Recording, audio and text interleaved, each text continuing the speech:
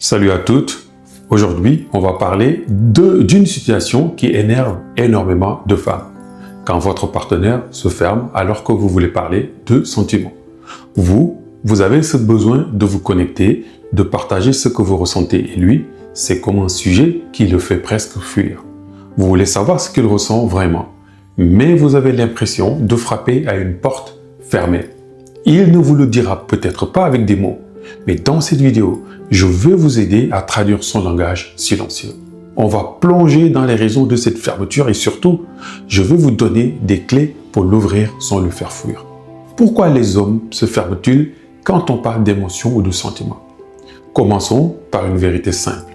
Il faut savoir que les hommes et les femmes n'apprennent pas à gérer leurs émotions de la même manière. C'est culturel, social et ça remonte à l'enfance. Souvent, les petites filles sont encouragées à exprimer leurs émotions et leurs sentiments. Elles vont entendre des phrases comme « Comment tu te sens ma chérie? Pourquoi tu es triste? Qu'est-ce qui ne va pas? » etc. Tandis que les garçons, eux, vont entendre plus souvent « Sois fort, sois courageux, un homme ça ne pleure pas ». On leur apprend déjà à refouler et à cacher, à ne pas montrer de vulnérabilité. Résultat, en grandissant, beaucoup d'hommes n'ont pas les mêmes outils que les femmes pour identifier, nommer et exprimer leurs émotions. Pour eux, parler de sentiments peut être synonyme de faiblesse, d'inconfort, voire de danger. Ce n'est pas qu'ils ne ressentent rien, c'est qu'ils n'ont pas été formés à le montrer. Quand vous voulez parler d'émotions, pour certains hommes, c'est comme si une vague géante les submergeait. Ils se sentent littéralement envahis. Voici pourquoi. Peur de ne pas savoir quoi faire. Si un homme n'a pas appris à gérer ses propres émotions, comment pourrait-il gérer les vôtres?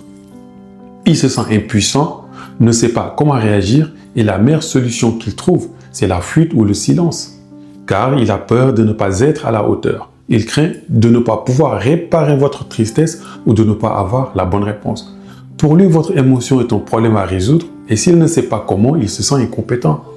Pour un homme, exprimer ses émotions, c'est se montrer vulnérable. S'il a appris que la vulnérabilité est dangereuse, il va se protéger en se fermant. C'est un mécanisme de défense.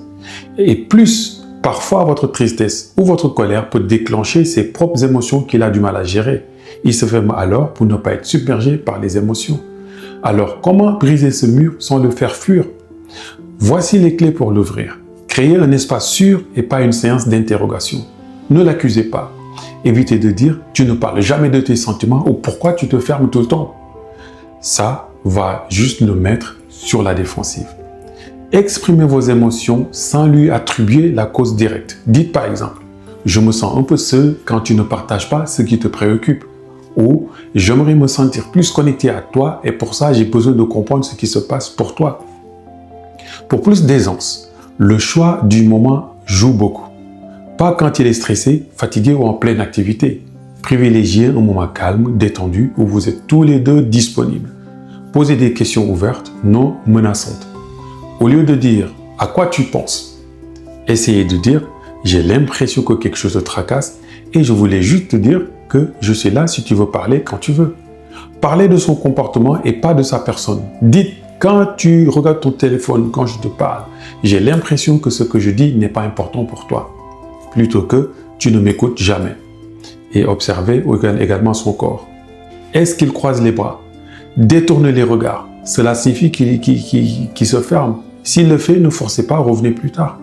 Proposez des alternatives à la parole directe. Certains hommes s'ouvrent plus facilement en faisant une activité du genre balade, bricolage, sport, etc. La pression est moindre. N'hésitez pas aussi à faire recours au SMS, par exemple. Je voulais juste te dire que je pense à toi et que je suis là. Parfois, l'écrit est moins intimidant que l'oral pour exprimer des choses profondes.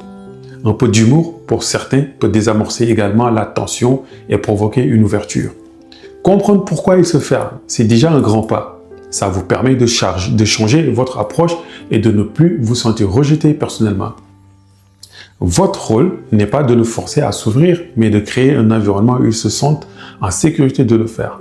Mais soyons honnêtes, parfois, même avec les meilleures stratégies, il y a des blocages plus profonds, des schémas de communication toxiques, des peurs ancrées ou tout simplement des besoins qui ne sont pas alignés. Et cela peut devenir épuisant de porter seul le poids de la communication. Alors, comment passer à l'action pour une connexion différente? Si vous êtes fatigué de ce mur entre vous, si vous voulez des outils concrets pour une communication plus fluide, j'ai un coaching pour vous. Je peux vous accompagner, vous donner non seulement les clés, mais vous apprendre à lire correctement aussi bien la dynamique de la relation, mais également la dynamique de votre homme et surtout aussi vous, la dynamique que vous devez proposer à la relation pour équilibrer non seulement ces relations, mais pour inciter naturellement votre homme à partager ses émotions, ses sentiments et plus.